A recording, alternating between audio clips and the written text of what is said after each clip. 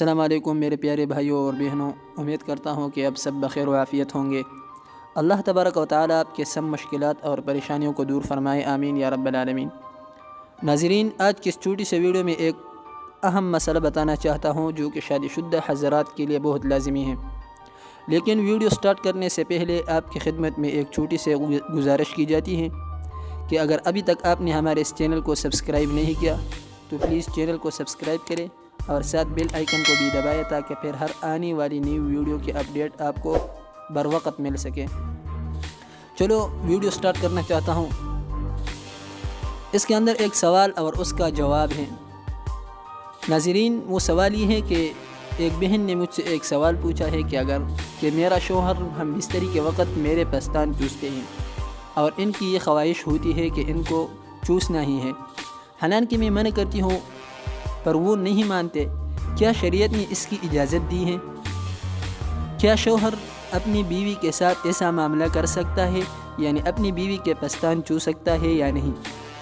تو میں اس بہن کو جواب دینا چاہوں گا کہ میری بہن، آپ شاید یہ سمجھتی ہیں کہ شوہر اپنی بیوی کے پستان منہ میں نہیں لے سکتا۔ ہرگز ایسا نہیں ہے۔ شریعت اس بات کی اجازت دیتی ہے کہ شوہر اپنی بیوی کے پستان منہ میں لے سکتا ہے، اس میں کوئی حرج نہیں۔ بلکہ میاں بیوی ہم بستری کے وقت میاں اپنے بیوی کے پستانوں سے کھیلے، اس کو ہاتھوں میں دبائیں تو کوئی حرج نہیں ہے۔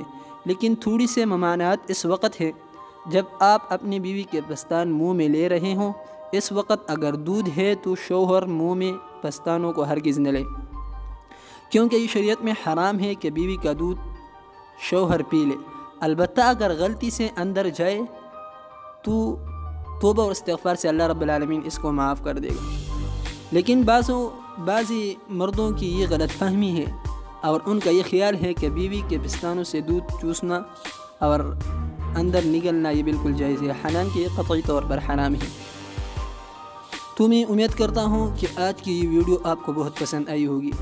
اگر ویڈیو پسند آئی تو ویڈیو کو لائک بھی کریں اور دوستوں کے ساتھ شیئر بھی کریں۔ انشاءاللہ پھر آئندہ ویڈیو میں یعنی نیکسٹ ویڈیو میں ملاقات ہوگی، تب تک اللہ حافظ۔